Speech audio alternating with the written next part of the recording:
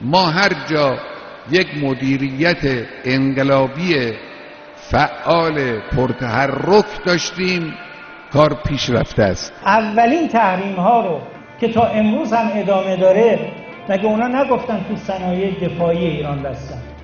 چرا امروز دست و پای ما بسته نشد؟ تفکر انقلابی.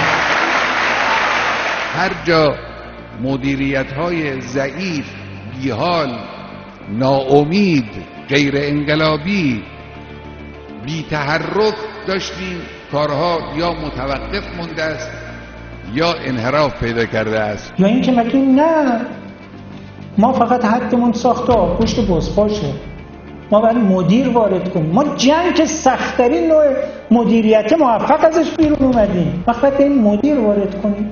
ما حدمون ساخت آبگوشت بزپاشه. بدتر از اون همین امروز تو من با قطار می اومدم، سرویس غذای راه آهن تو برای 10 سال بدی به شرکت اتریشی، بعد افتخار کنی رو بلیط بنویسی اینجا با کاترینگ نمیدونم اتریش پذیرایی میشه.